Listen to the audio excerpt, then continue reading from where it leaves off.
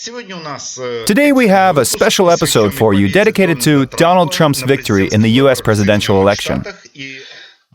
We asked our expert, historian, scholar, and political scientist, Evgeny Ponasenkov, to help us. Good day, Evgeny. Good day, my dear Yuri. Good day, my friends and foes. You sound a bit too joyful today. Why shouldn't I be?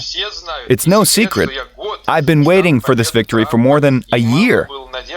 There was very little hope, but I always, till the last moment, supported him in all of my broadcasts, both here and abroad. You can find them on YouTube.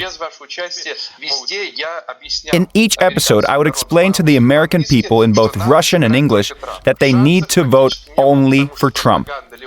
There was practically no chance of that happening because leftist propaganda has been going on for the past 70 years. But on the last breath, this accident happened. Because as we know now, several million more people voted for Clinton than for Trump. And it was a unique strike of fortune because if there were 4 more years of leftist policies, had it been like Obama wanted, where illegal immigrants and drug addicts would have been given voting rights, we could have forgotten about America as a great nation. And Putin would have been left to himself, free to build his soulless future for another 1,000 years or so. And now it will all end very quickly, I assure you. I'm ecstatic because, let me first explain what happened. The remaining working, living Americans that are real Americans, unlike those who we can't mention, they were fed up with Islamic terrorism. They were fed up with entire cities on welfare, where whole generations of African Americans were living on the dole and not working, where there was nothing but the murder of police and drug addiction. They were fed up with American foreign policy being so helpless, not reflecting America's true possibilities. How many times my friends have written me in Facebook that they were fed up with repairing the shattered windows of their cars, cleaning trash outside their houses, because these imbeciles have been let loose. If you give imbeciles all possible rights and grovel at their feet for 50 or 60 years, they will sooner or later become unbridled.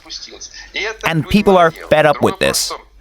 The other matter is that these imbeciles have reproduced, not to mention the illegal immigrants.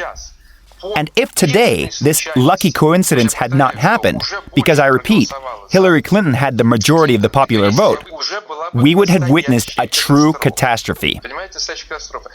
If these numerous people on welfare would not have been so hammered and just simply woken up and shown up at the polling stations, then Clinton would have won absolutely.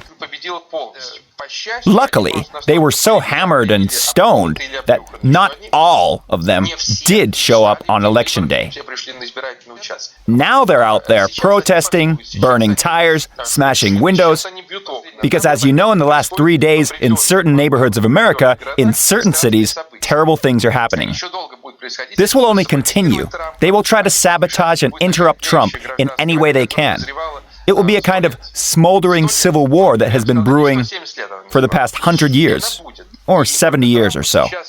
It's inevitable. So Trump needs to think, first of all, of his personal security, because there are plenty of Islamists that have been let inside the country. He should surround himself with an army of bodyguards, appear less in public, and fight those who try to sabotage his presidency.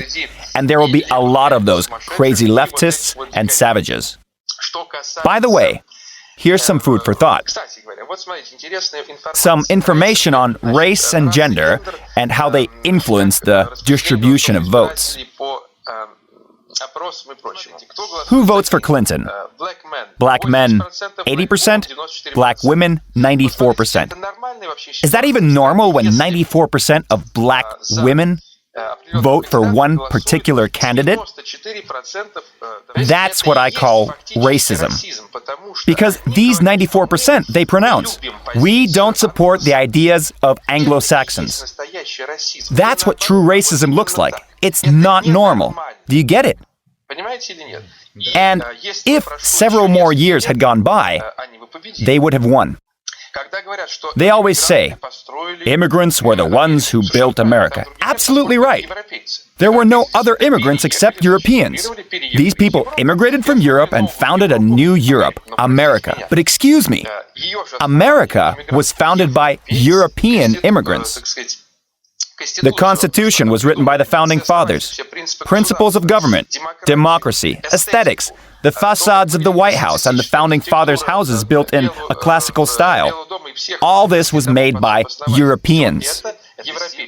Yes, others did arrive later. Good for them. But if they had created their own government based on their own traditions, what would America look like? It would look like Liberia. Look it up on the internet.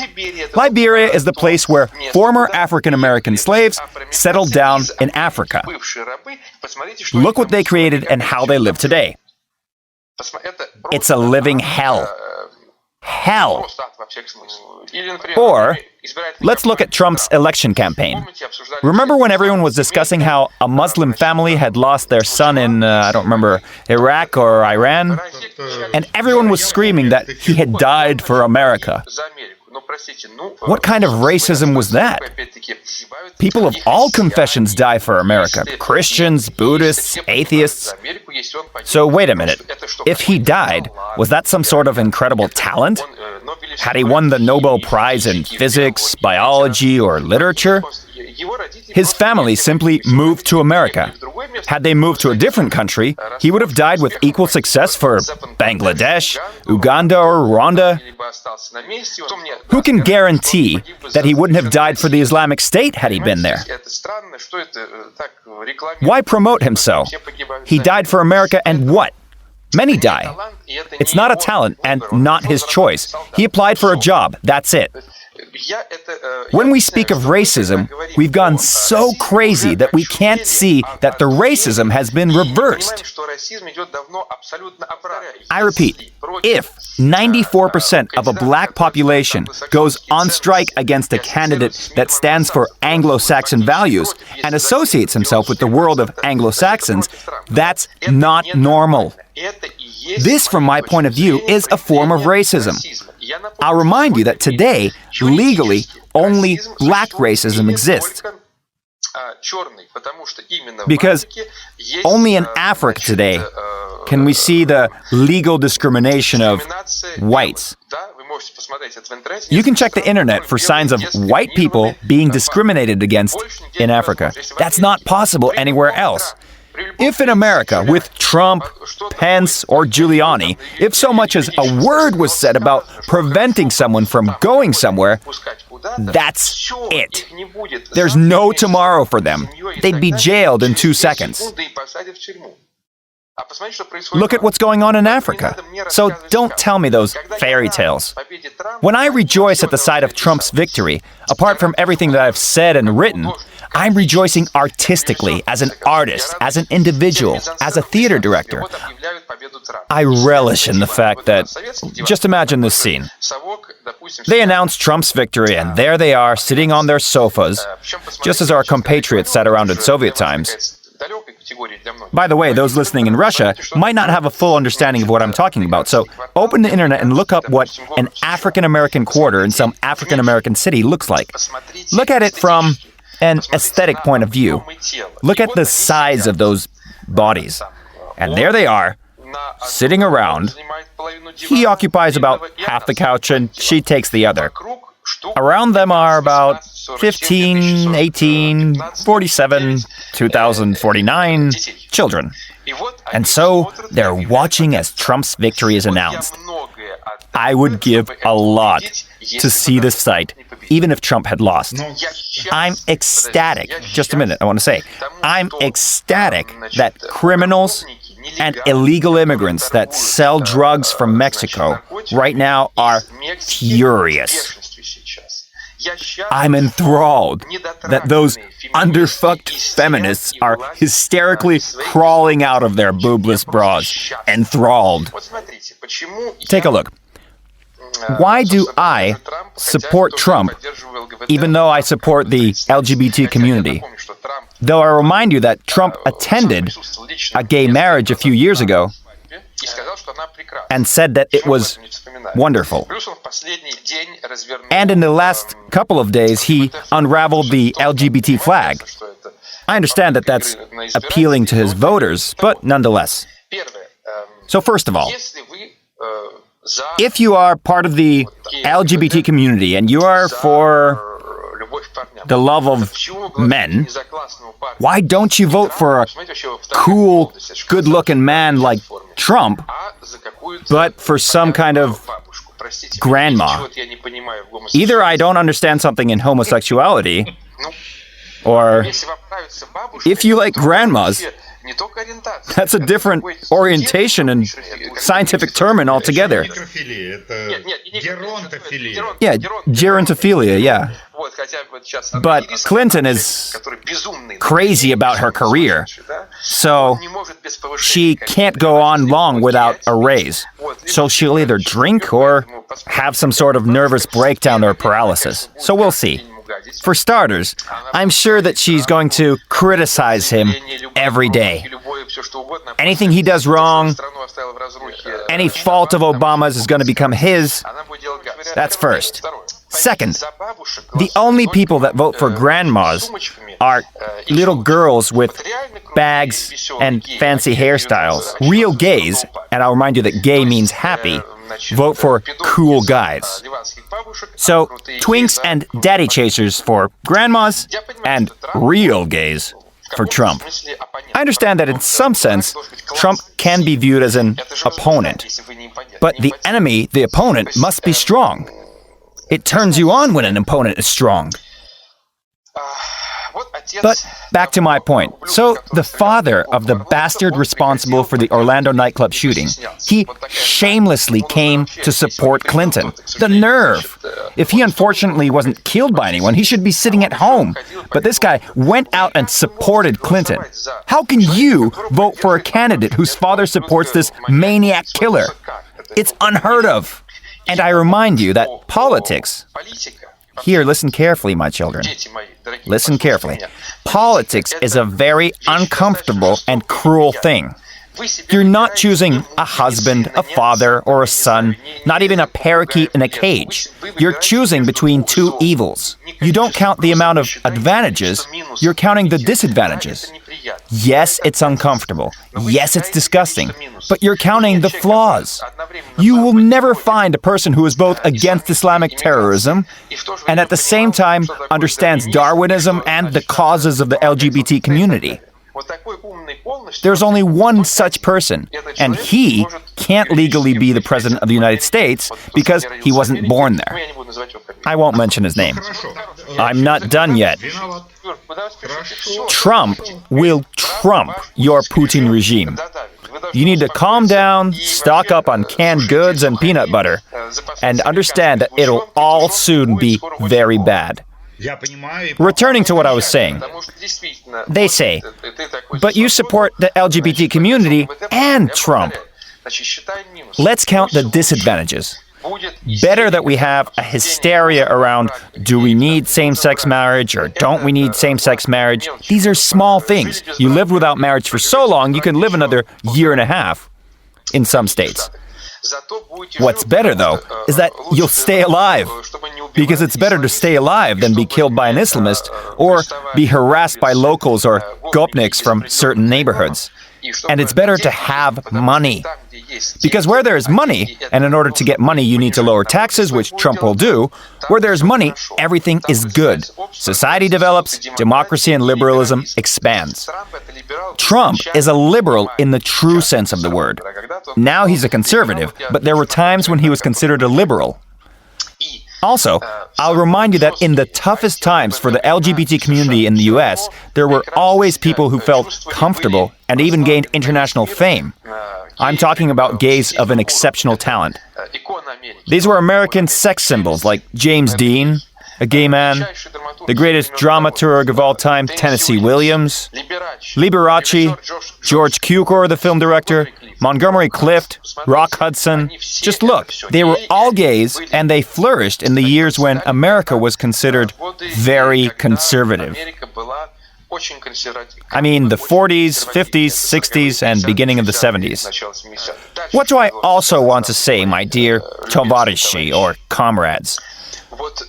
What happened today is a true historic event, because we are now at a turning point of the tectonic plates of history.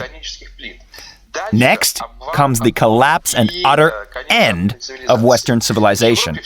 Europe is becoming scarier with every day, and it's lucky that America has a small chance to once again begin to save Europe as it once did. For me, America is Europe's winch. Every time she pulls her out of the swamp, she did it one time in the 40s and 50s, now she needs to do it once again, but on a different scale. Let me start with one phrase. Let everyone sit in their doghouses and despise Trump. Think he is on the hook of the Russians. Let them despise his hair, his tie, his behavior and manners.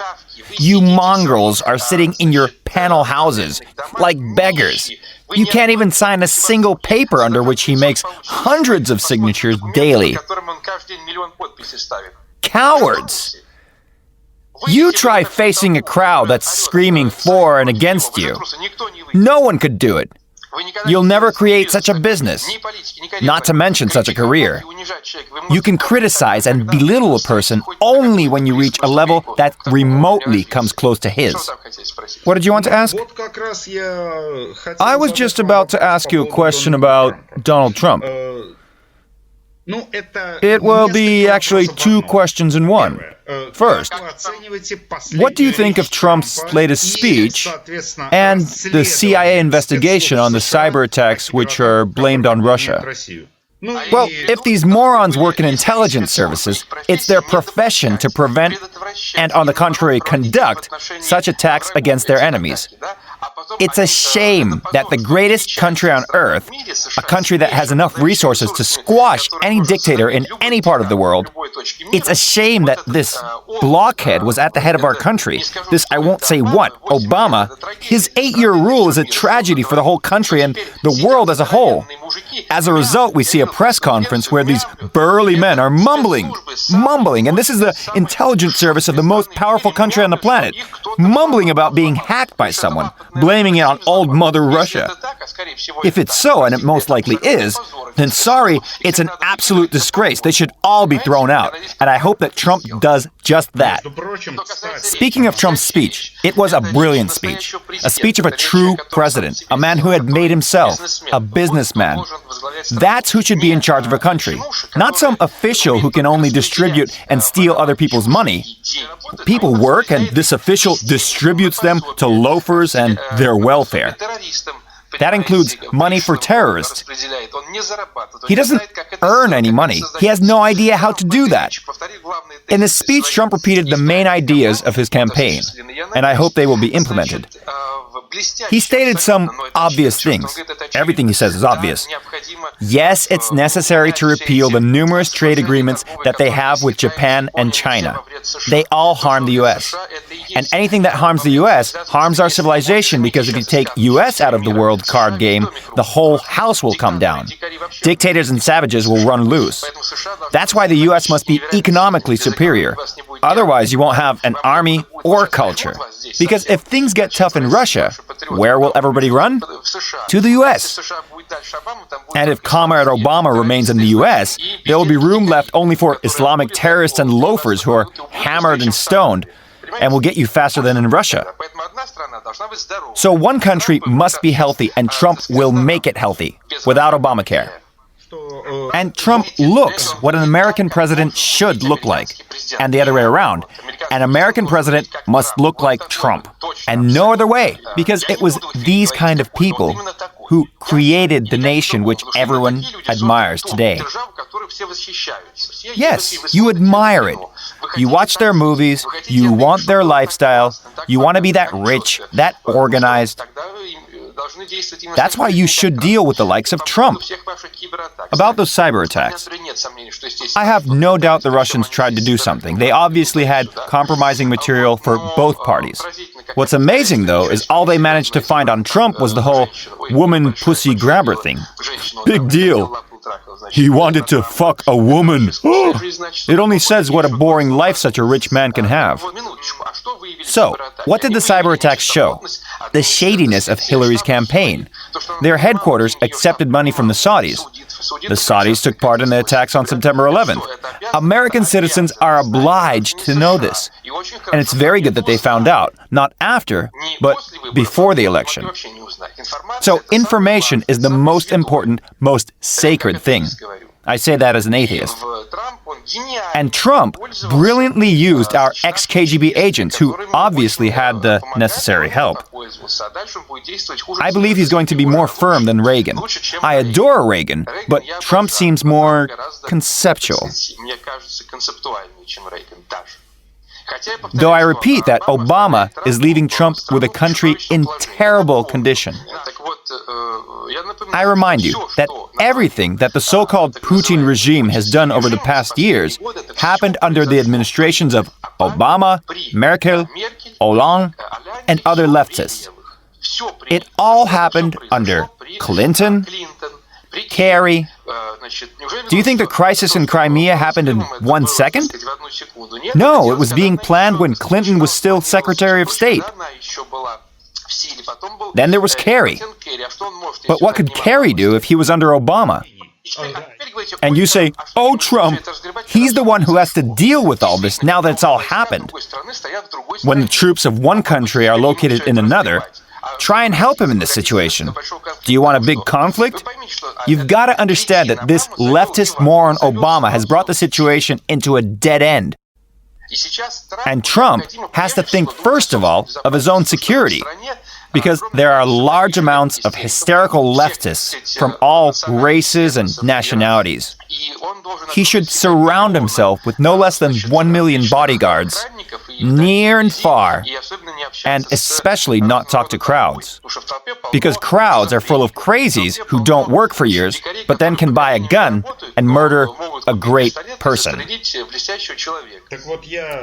I wanted to confirm your words and mention something related to the cyber attacks. It's a fact that the US does have the world's largest cyber army, with a $7 billion annual budget that employs 9,000 government hackers. In second place is China. They should all be fired for their ineffectiveness. Yeah, and Russia, I'll remind you, is in fifth place, where only $300 million is spent on 1,000 hackers. But at least these guys are working in the right direction. Meaning in the wrong direction, but you understand what I mean. I've said this before. International politics is a fight. This isn't teddy bears. It's very serious. Especially if you sit down to play with a formal KGB agent. Either you're an idiot and you lose, or you do what's right. Obama lost. But as we know, Trump's inauguration is on January 20th. But even before the inauguration, there were a few rants of actress Meryl Streep towards Donald Trump. Her rants are as big as her nose. I have a question to you as an expert and political scientist and as a theater director. What do you think? Look, Streep is not a great dramatic actress. She simply plays one. She plays the role of a great dramatic actress. In a way, she was designated, and people who know nothing about acting, aesthetics, and art readily agree because they know nothing about life. She has a few cliches and a large nose. And recently she absolutely wrecked Thatcher, something I'll never forgive her. And she's a leftist and uses her leftism, showing how nice she is, that she's together with everyone. She doesn't have that many acting cliches, by the way. Any Azerbaijani market trader is more artistic. Yeah, because people don't know what exists around the world. Before they knew about my studies on the Patriotic War of 1812, they believed in a nonsense like that we won the Battle of Borodino and then retreated to Moscow and that this was normal. My fellow human beings, young and old, some of you may remember and some need to find out, there was an actress named Anna Magnani. Now that was a great dramatic actress. There was Simone Signoret. There was Vivien Leigh. Can you imagine if in Tennessee Williams' Streetcar Named Desire, instead of Vivien Leigh, there'd be Meryl Streep? Why, you'd throw up. It wouldn't be the world's greatest tragedy, but a comedy. Remember Joan Crawford? Look at her face and hands. There was and still is Jeanne Moreau, the greatest French dramatic actress. Look at Jeanne Moreau in the films of Louis Malle. You'll choke on Streep after watching that. She is talented, your Streep, and I readily accept her talent where she played, for example, a woman who was rejected by society after conversing with a French lieutenant with whom she had an affair. This was all in the countryside where no one accepted her. Of course, a perfect role for her. I even buy this on DVD and I have it at home, but nothing more. That's concerning her profession. Second of all, don't. Why do all these actors over the course of the whole plebeian 20th century go into politics? I mean, the whole 20th century is a result of the fact that not scientists or intellectuals, but actors gave all the interviews. Look at all those glamour magazines sold to you in the kiosks. Not one intellectual interview. Just TV show stars. Dog shit, if you ask me. And you eat it. And you repost it. All of Facebook is reposting this idiot. She hasn't figured anything out and is already being rude. Who does she think she is? What has she done? What exactly has she done in Trump's sphere? Which includes business, economics, politics, and his idea of saving the world from savages. What has she done? Nothing. Let her come to power and tomorrow there'll be terrorists running all over the place. Here's a good experiment, by the way. Give her power of the president for 1 day. She'll sign decrees that will allow savages to come in, and in about 10 days, acts of terror will happen every day. That's what your Meryl Streep is. But no one thinks about that and only reposts her delirious thoughts. I want to say one more thing. For me, intellect, I have a kind of gradation of people when it comes to intellect. The lowest level is when they understand that Putin is not a great president and that he's not very good for Russia. This is the first level, already better than nothing. The next level is when you understand that Crimea is not a great joy and you cannot get enough of it, let alone spread it on anything. That's the next level. Then there's a big gap that leads to the next one. If you understand that it's bad to accept savage terrorists into Europe, and you understand that because they had no work and despised everyone around for centuries, they can't behave otherwise, you're another step up. But most can't get beyond this step. Only one person on Echo Moskva radio. And then, many steps ahead, comes the next level. Those who understand that Streep is not a great dramatic actress, and those who don't. This, I promise you, is harder than quantum physics sometimes. It's harder than understanding why Schrödinger's cat is here and there, together and not. Because here, you have to know literally a whole lot. You must have taste. And taste is a rarer thing than technical knowledge. Because it is a large amount of combinations, unfathomable qualities of specific connections, and morphological structures of the brain, together with years and years of absorbing the right information. For many years, by the way, look at my publications on theater and film back in 2005 or 2007, when she was not yet considered the greatest living actress. I always said, guys, don't advertise her. She's merely talented. She can't have a finger in every pie. And she'll wreck many more Thatchers. You know what? It's actually very dangerous to be great. Because some Streep will come along and wreck your legacy. You know, when I wake up in the mornings, people tell me, do more, go to the barricades, become great. So I'll become great, and then what? I'll take the risk, and then some mediocre actor will play me. Why bother? I'd rather rest, listen to some music. Less to be ashamed of.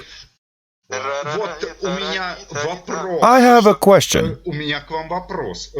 Yes? Did you watch Trump's election? I knew that you had a question for me and you didn't simply call.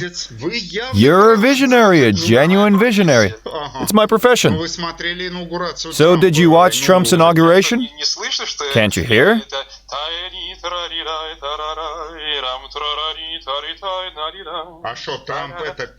Did Trump sing? What a wonderful melody. We finally have marches, beautiful scenes, great, beautiful people, wonderful coats, blonde women at the head of it all, a blonde man, marvelous officers, tall with a good profile, very thin facial traits. They escorted the guests. Melania Trump, who was in a beautiful dress of sky blue. Their wonderful boy, their wonderful son-in-law. Everything was great. Not to mention Obama, who tried his ultimate best to put on a smile. He should get a star in Hollywood for such a smile. We'll return to Obama a bit later. Now let's speak about Trump. Evgeny, I know how you sometimes react to some topics, but please understand. All of my reactions are appropriate. I'm a journalist and I can't not ask the following question. There's one listener who has asked the same questions 3 times already. Can I finally ask it? She sounds concerned. Yeah, she writes, the U.S. is a country of immigrants. They created the country, but your Trump isn't a big fan of them. In this sense, what do you think of multiculturalism? Maybe all our problems are because it's not being consistently implemented on a legal scale? End quote. So, Evgeny, what do you think of the problem of multiculturalism in the U.S.? I'm sorry. She's writing it for the 3rd time? No sex. That's the main problem of those who consistently implement multiculturalism and the protection of it. Listen, Trump cannot be against immigrants because he is a German. His family has Irish and German roots, and that's great. Listen, here's what I want to say. My profession, apart from being a visionary, is to talk about that which no one talks about, much less thinks about. So tell me, my tovarish Yura, comrade Yuri, where did Trump's inauguration take place? In Washington, D.C.? No, be more concrete. That's what I mean. Where exactly? In Washington? And that's where your knowledge of this world ends. That's taking into account that you're an educated man from Saratov. Imagine what the majority of our listeners would say. They would say, in America, some would say, in New York or somewhere else.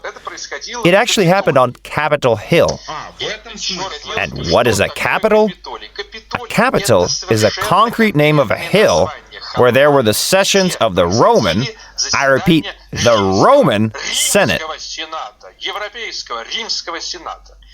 The Capitol was built by the Founding Fathers in what style?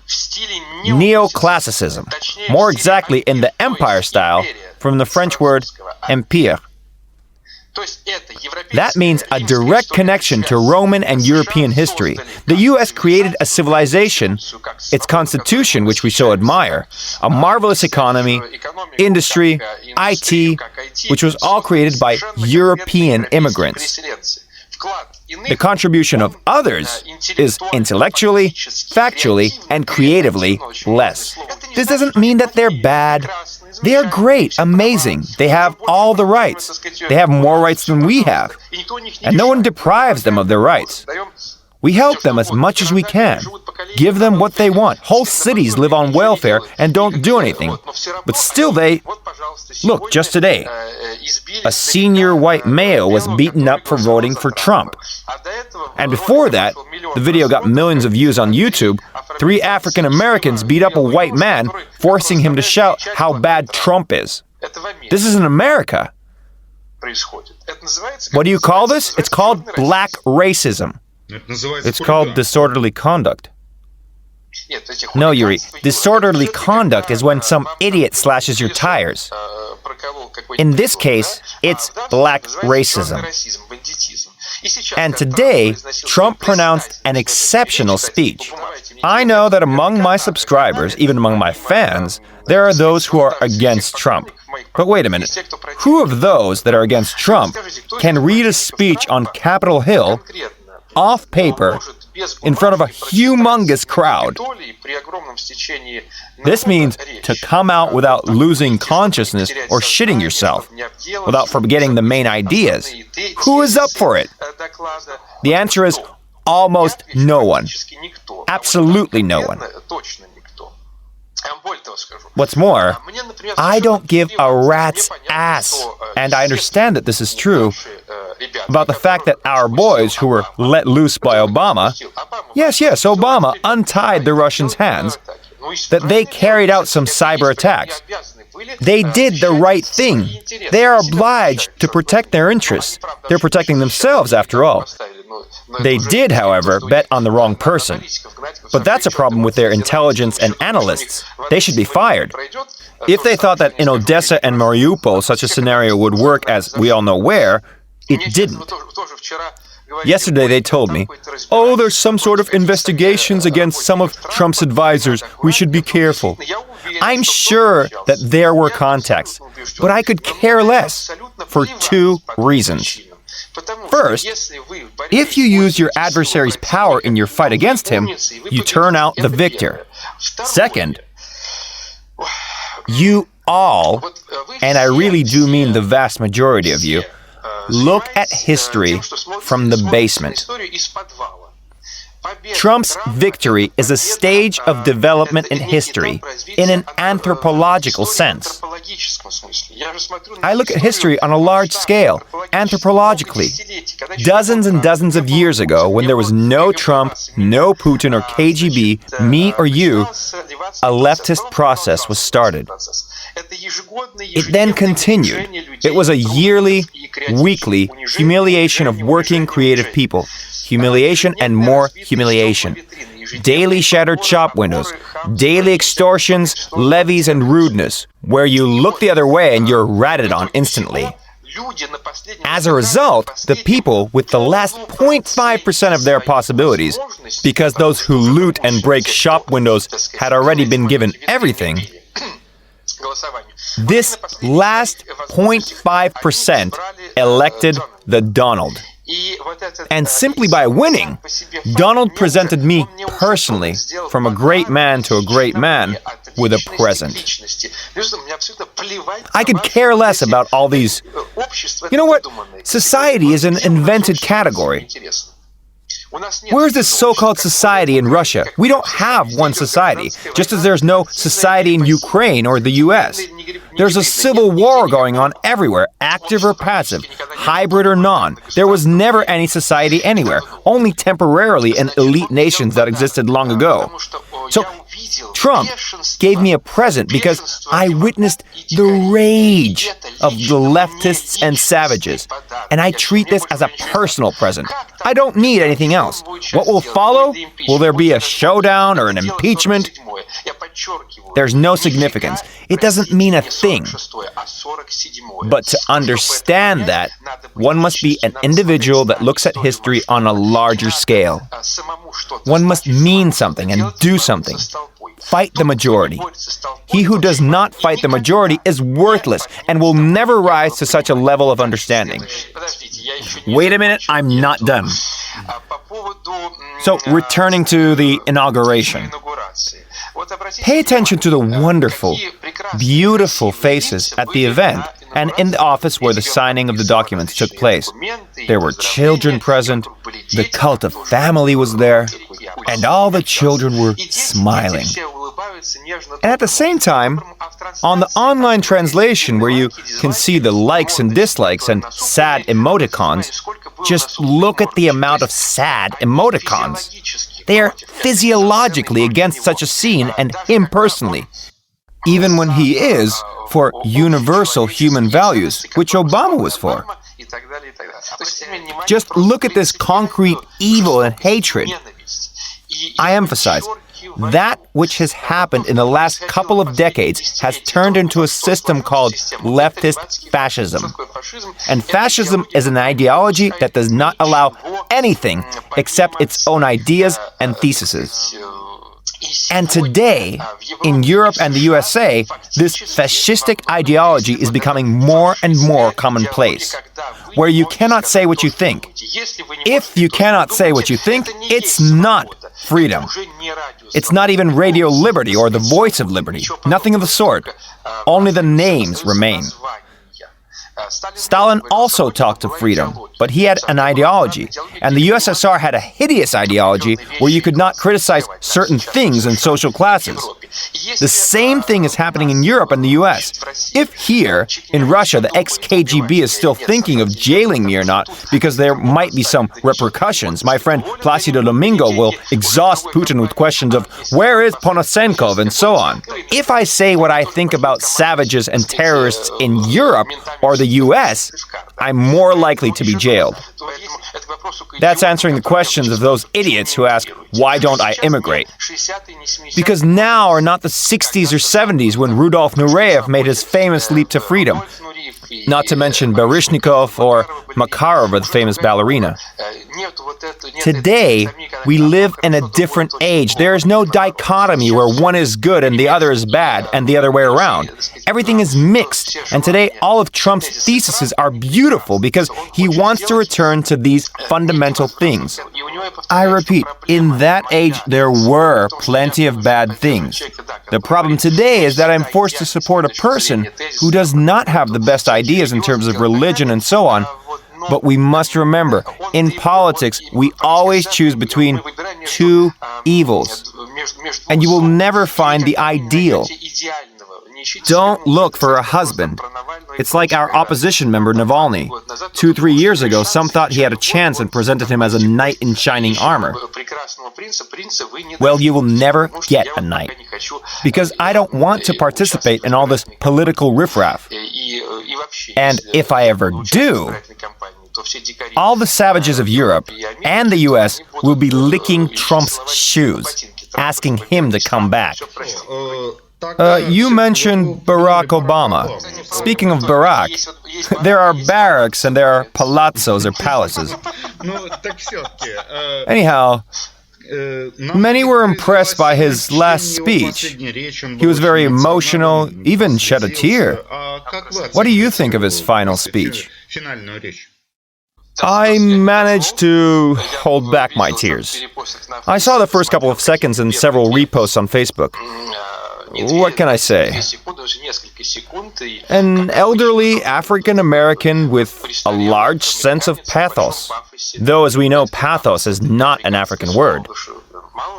Unlike democracy, capital, Senate, president, emperor, tsar, liberalism, democracy, capitalism, monetization, human rights, how many words from other civilizations came to us?